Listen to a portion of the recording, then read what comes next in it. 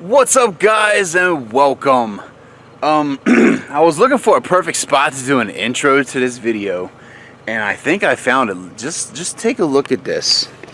Look at this. This is freaking beautiful right here, man. Check that out. It's just like a blanket laying over the mountains. Oh, man.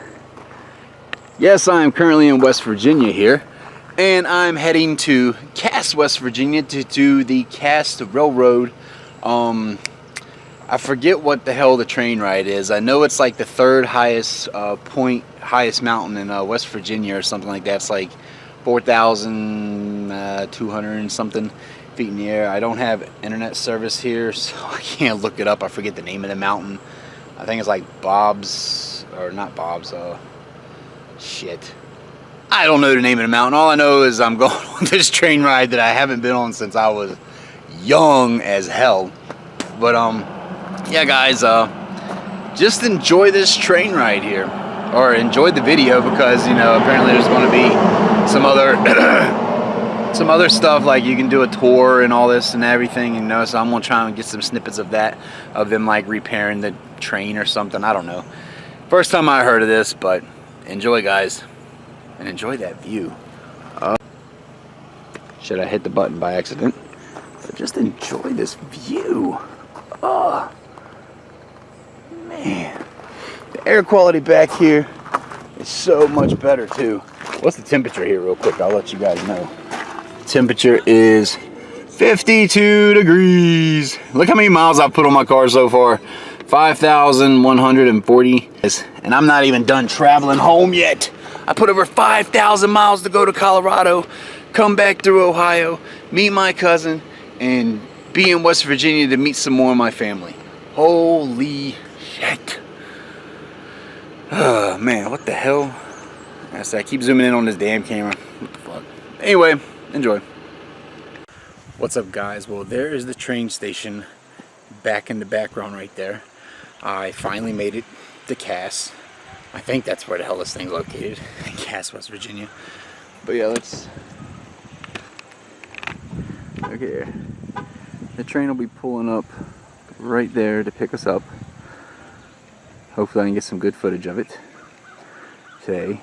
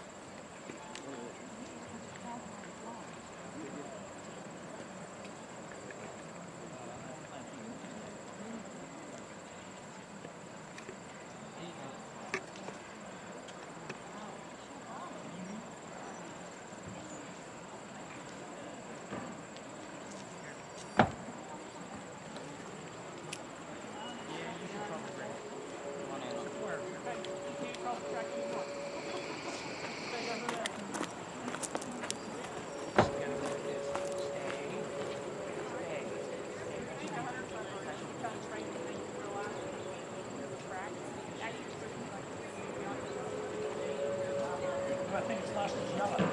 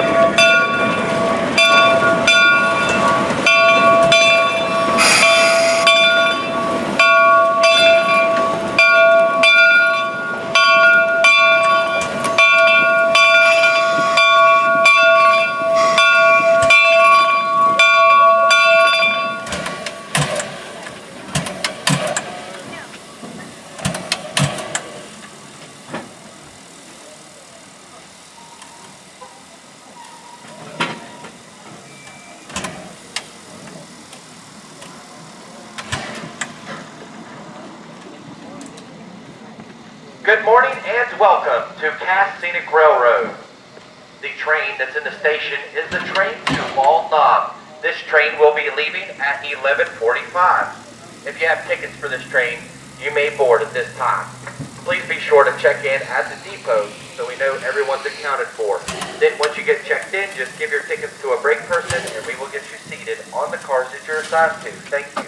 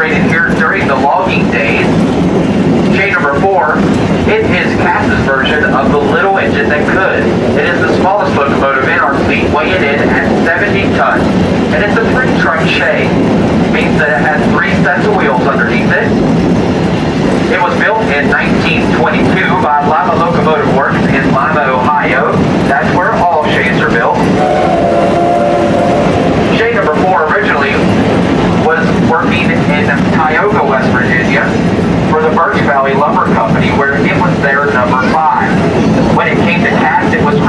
to number 4, and this engine actually took the last load of logs down off the mountain for Bauer Lumber Company after the sawmill closed.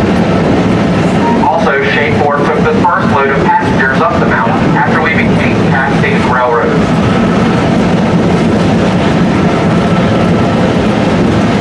Shea number 5 is the oldest operating Shea locomotive in the entire world. Shea number 5 came to Cass as a brand new engine in 1905 for the Spruce Lumber Company. The Spruce Lumber Company later became West Virginia Pulp and Paper Company, and finally Bauer Lumber Company before the sawmill closed. Shea number 5 weighs in at 80 tons and is also a 3-truck Shea, built in Lima, Ohio. Shea number 5 is our state locomotive, and it is the pride of Cass, West Virginia.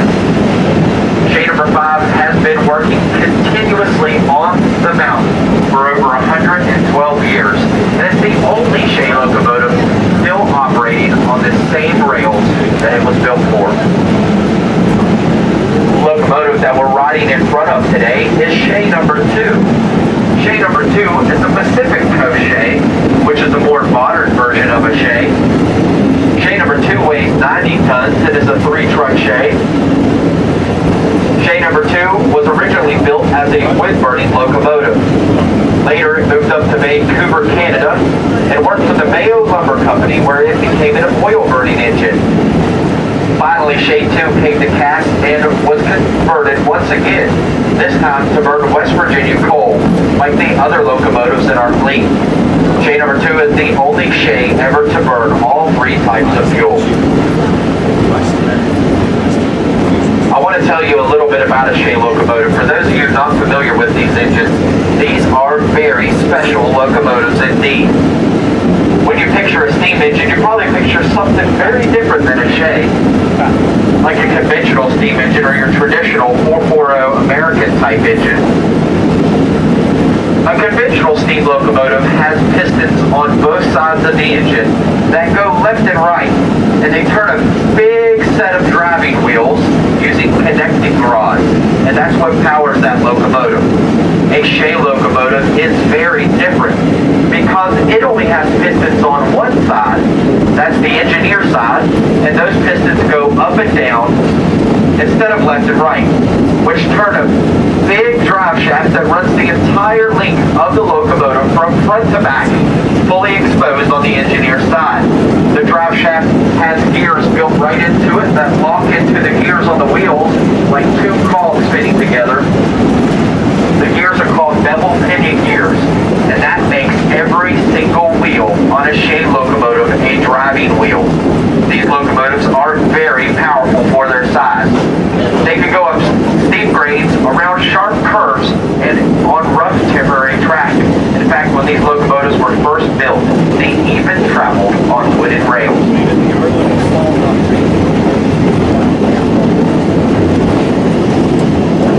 Because we're going to be blowing the whistle all the way across Back Mountain Road. Guys, if you're on the right-hand side, don't be shy. You can move over to the left. They'll make room for you. As soon as the locomotive gets onto this bridge, go ahead and press record. And I'll shut up so you can do that.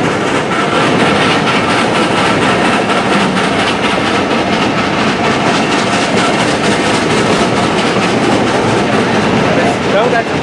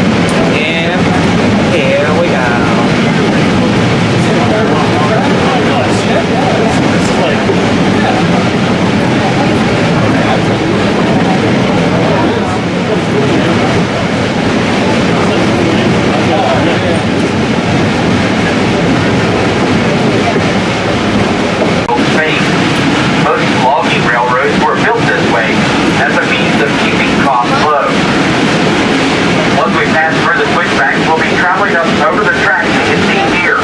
And the locomotive will be pulling us instead of pushing us. So after we go through the switch, it's a good idea to keep your head underneath the roof to prevent any cinders from getting in your eyes.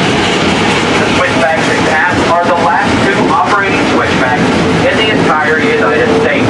There used to be switchbacks all over the place because most logging railroads utilize these.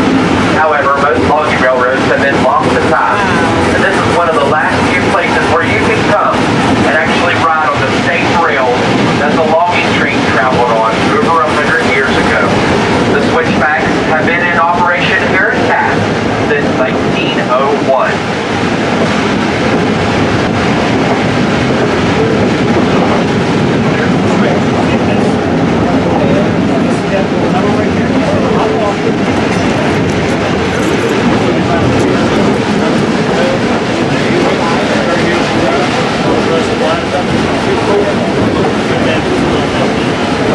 No, I don't remember.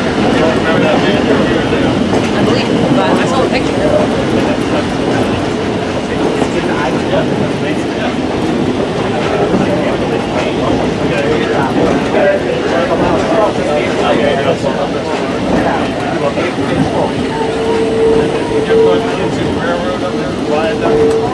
I was little last time I did it. Yeah, we allocated that every year on the viaduct.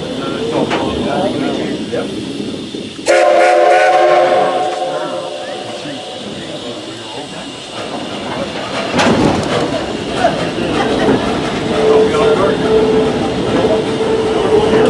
Last time that we had a scenic car all the way across the switchback, back towards the back to the gate.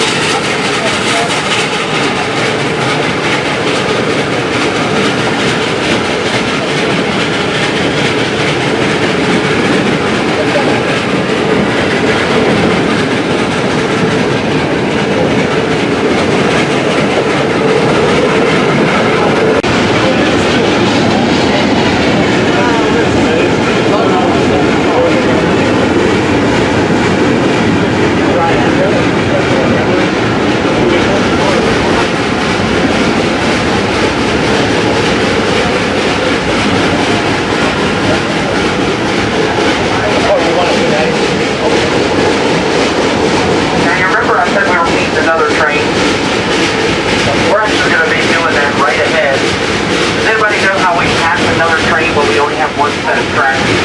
Switchback. Our train is going to hop off the tracks and then we'll scoot along the grass for a short distance. Then we'll jump back up on the tracks. So hang on, it's going to get bumpy. I'm just joshing you. We're going to be passing the Whitaker train right ahead using the upper switchback. Not only does switchbacks allow the trains to climb the mountain quickly, but it's also a convenient place for two trains to pass. Our train will pass through the switchback and continue on back into a hole, and we'll leave enough room for the Whitaker train to negotiate through the switch and down the track that we're on now.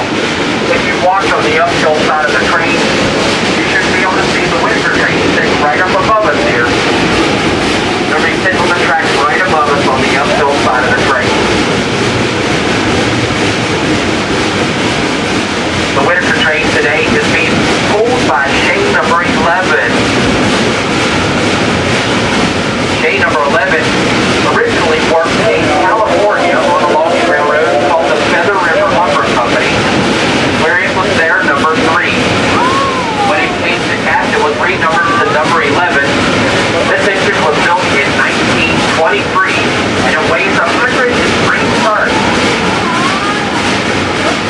Shade number 11 has been out of service for the past few years, and just recently this winter it went through our shop down in Cat. It was completely restored to operating condition. This is the first time J11 has been under siege in over 3 years.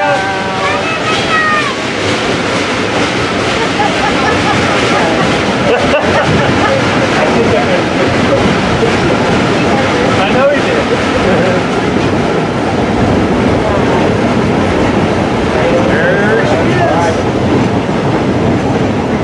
Back in. How about you? Good.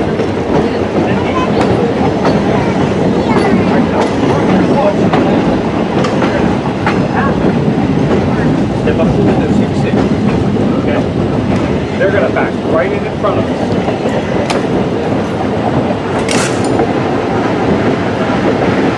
All right, 3 through the switch. Here they come.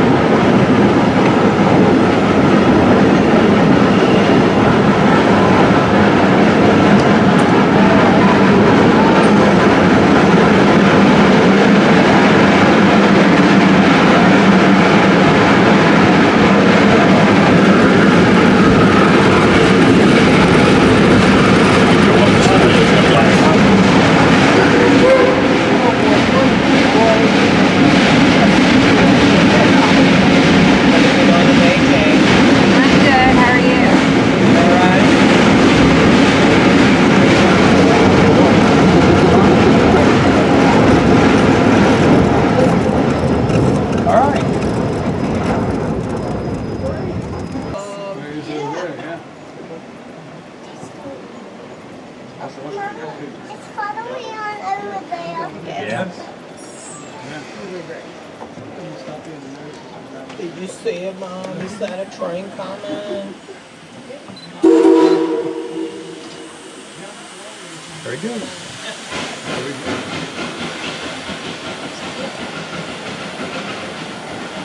Just hold on.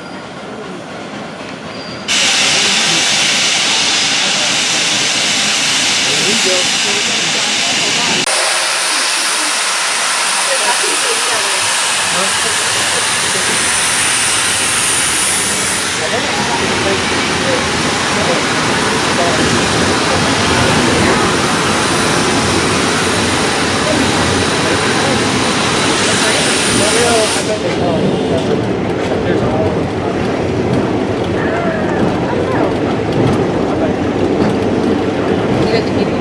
Let me get upset.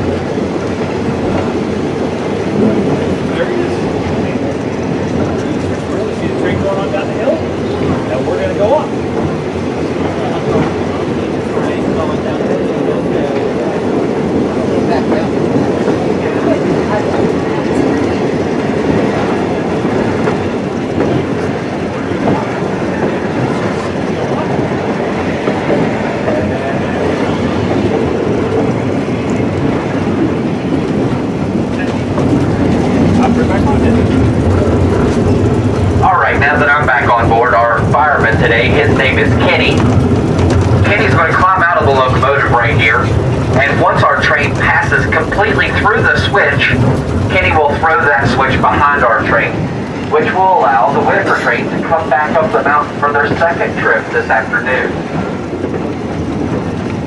Then once the Whitaker train leaves to go back down to Cass this evening, they'll line the switches for us, hopefully.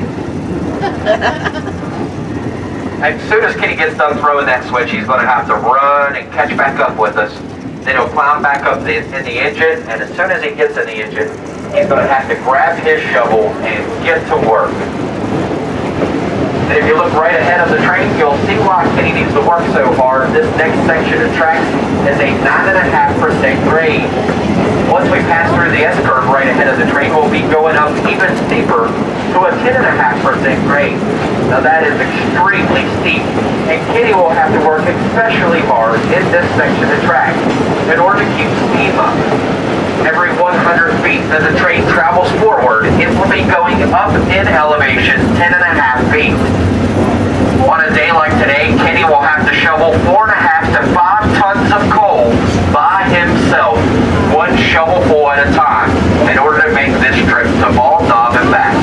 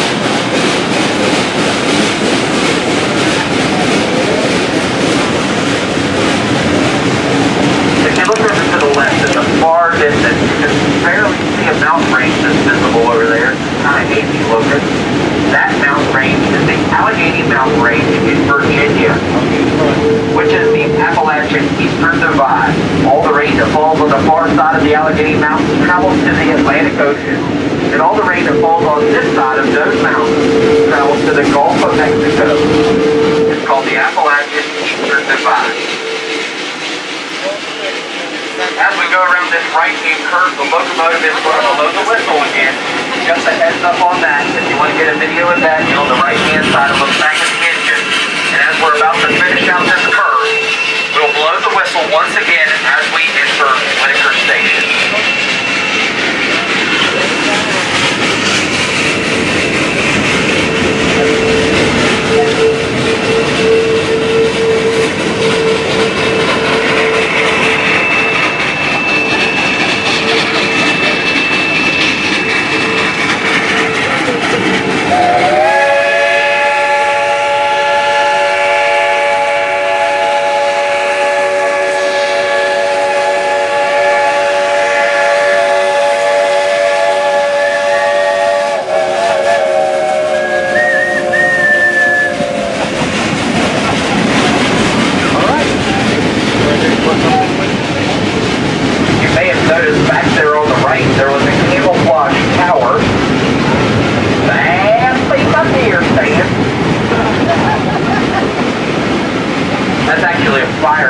down, and there used to be fire towers all over these mountains. And the Forest Service manned those fire towers day and night in the fire seasons during the spring and fall. That way they could prevent any large forest fires from getting out of control. Guys, if you look back towards the fire towers today, guys, you'll see two big red machines over there. Take a look at these machines. The big one on the right, that is called a steam skidder, or an overhead skidder. Then that's actually an electrical skidder. There's only one other like these in the world. This is the biggest one that ever was built. All the rest of them have been lost to time. But over on the left, on the black card, that is a diesel log loader. Both of these machines came from the Meadow River Lumber Company in Raynell, West Virginia, which was the last logging railroad to ever operate in West Virginia, and the only logging railroad to ever operate longer than cast. Thankfully, they donated these two machines here to us. We can put them on display here in Whitaker after their sawmill closed down. The reason why I'm pointing these machines out is because in a little bit, as we travel up the mountain today, I'm going to be describing to you how these machines work up on the mountain. If you look directly across from the train, you'll see a mountain with three peaks right across from us. The peak furthest to the right is Bald Knob. That's where we're going today.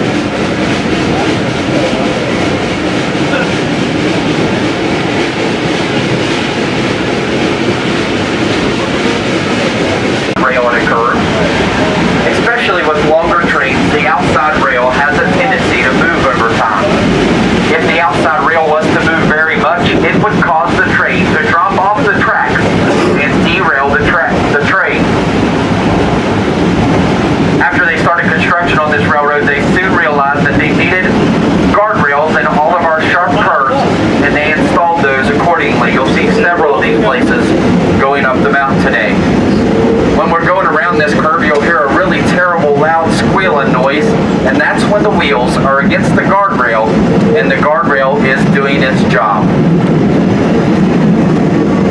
How you doing, sir?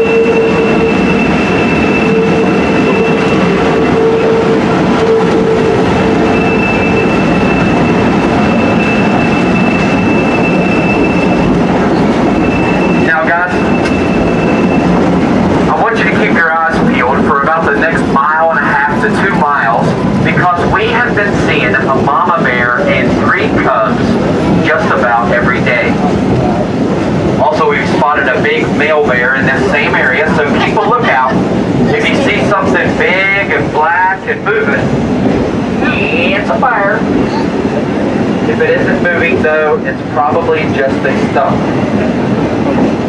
I see one over there. You can't see because of the trees. Now while you guys look for the mayor, I'm going to tell you a story. They went straight down over the hillside and they came out at the bottom of the mountain at the lower switchback where we started at today.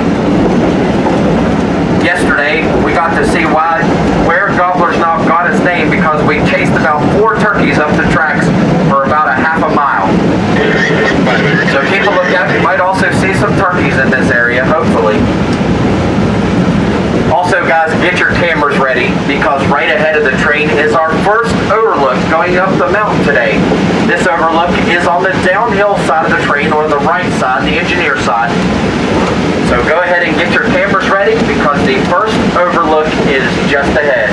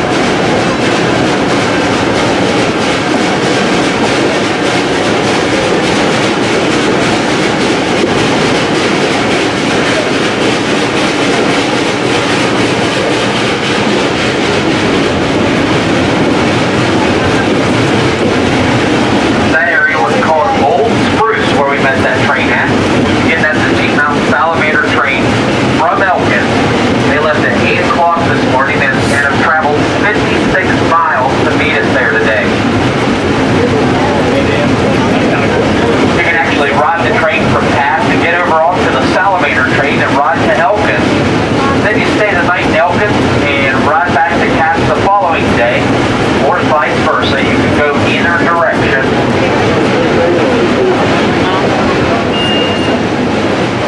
Old Spruce was originally a town called Spruce. So it was only there for a short 2 years. But eventually that town outgrew itself and there was no more room left to develop. So they had to pack the town up and move it 1.5 miles down the track, the way the salamander went. And when they did that, they renamed the new town Spruce. They named this area back here Old Spruce. I pointed out that this grave site in the woods, I'm not sure if you've seen it or not, but that grave site is the only grave ever being dug up on the mountain. The reason being, because back in those days, up here, the ground never fully thawed out. So it was sort of like a permafrost. I'm not sure why it's not like that today. Maybe it's because of global warming. But nevertheless, back then the winters were a lot harsher than they are now. Often the snow would get 12 to 15 feet every winter. If you passed away up here on the mountain, either on the train or in the woods, or from sickness, you would be loaded up on some log strips and took down the mountain to Cass. Once they got you down to Cass, they would displace the body on the company stored porch in the middle of the town so everybody could go around and pay their respects. However, there was one grave site dug up here.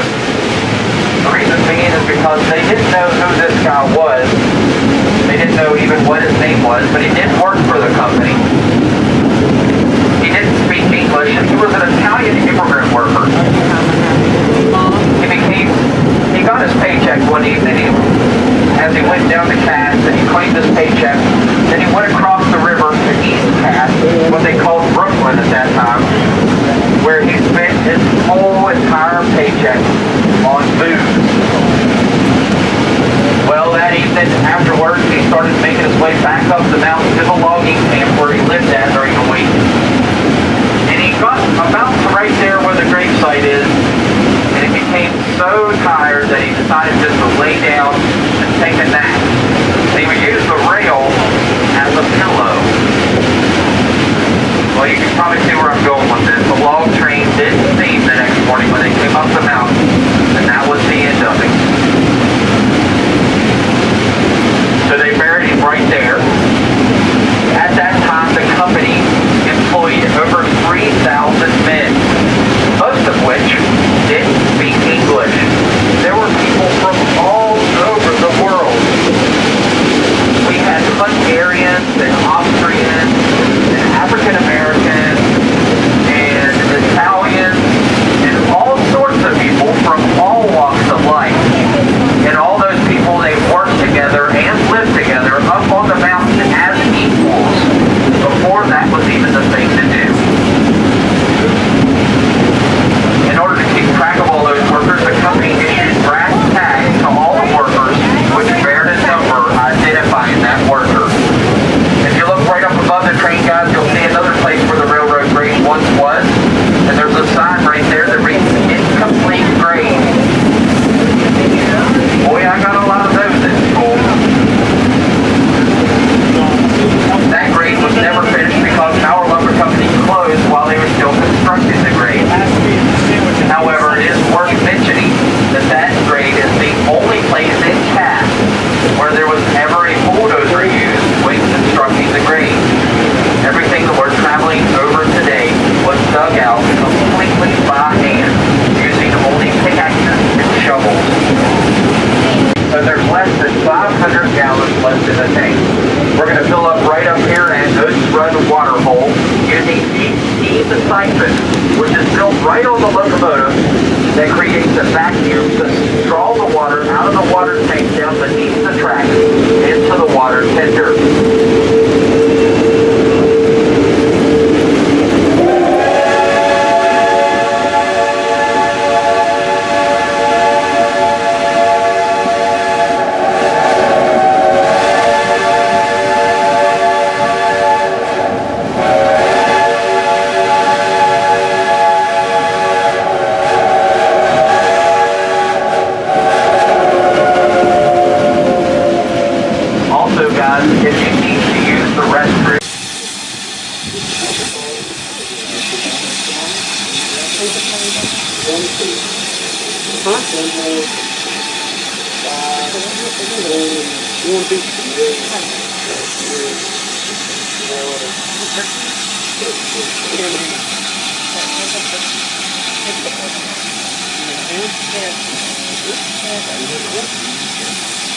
Biggest hand, it'll be all right.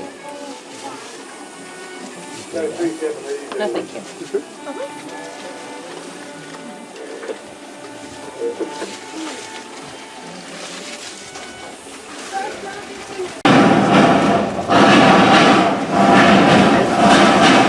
This is a 9% grade.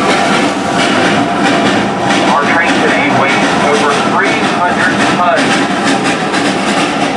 So when we take off on a 9% grade, as you can tell, it's a little bit heavy. But the chain can do that better than any other engine ever built. Only a gearbox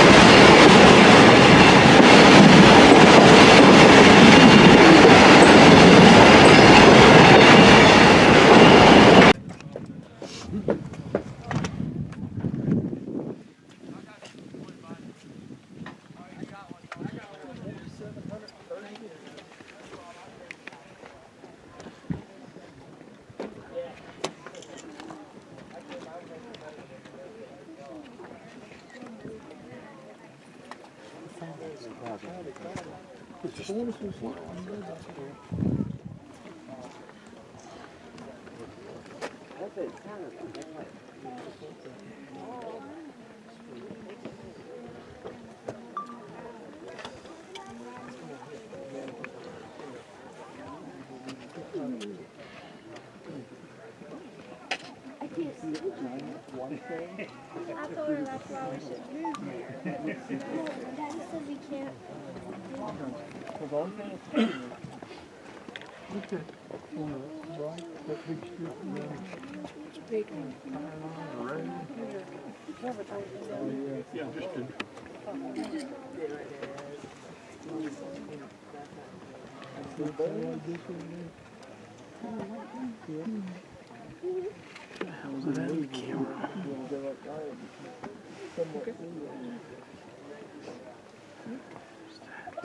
Wait, Oh, there it on the is. train? No.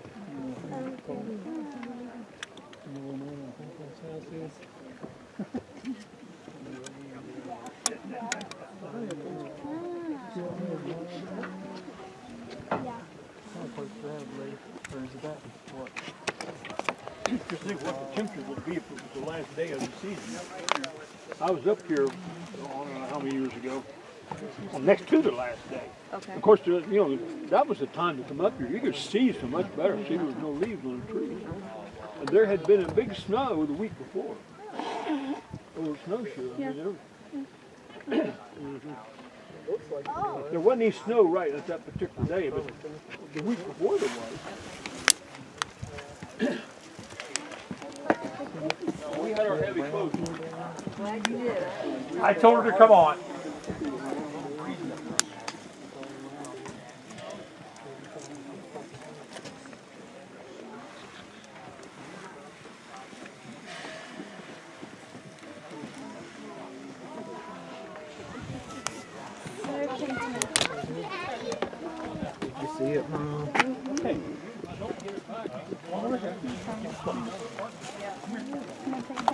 Did you see the telescope? Spot right here. I did see it, right? Can you see?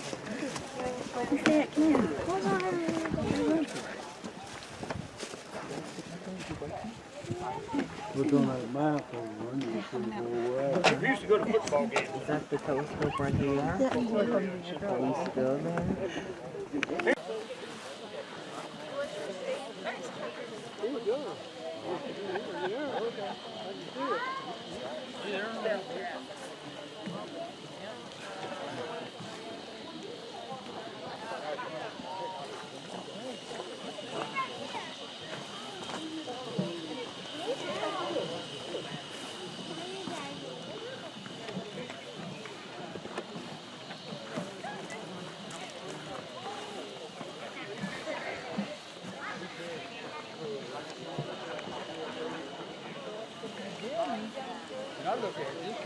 Okay.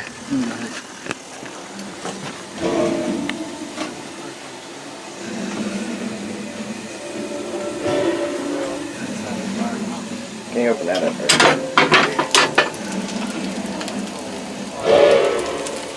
Alright. Anyone blow the whistle?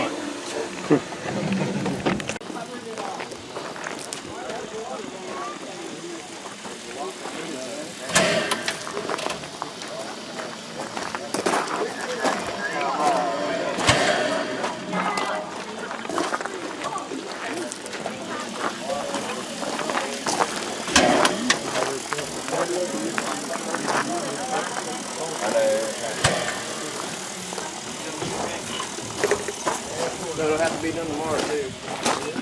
Thank you.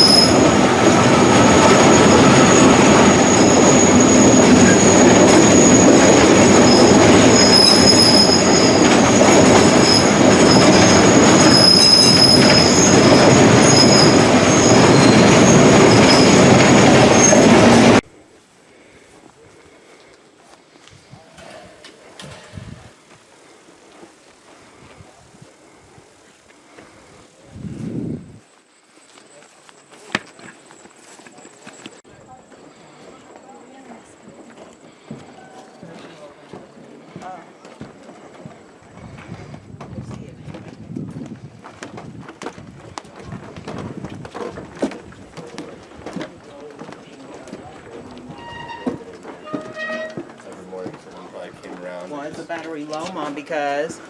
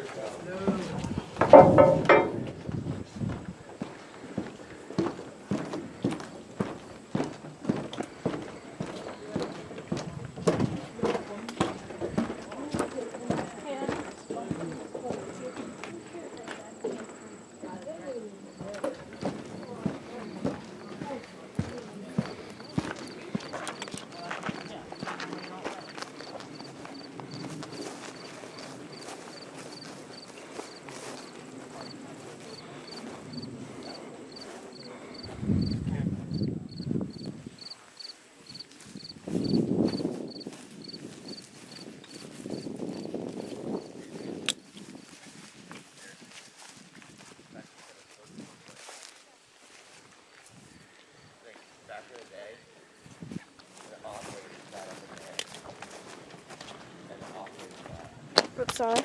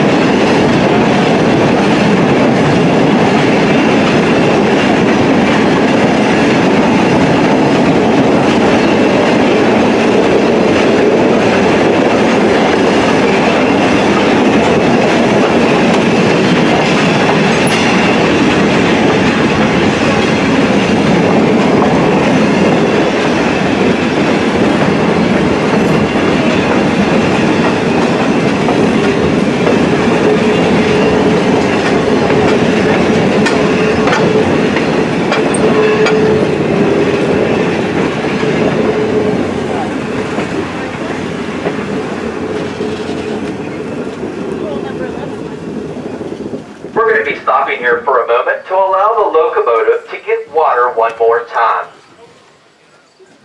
This water tank was built by the C&O Railroad in 1936 out of redwood, and it holds 50,000 gallons of water. 50,000 gallon tank.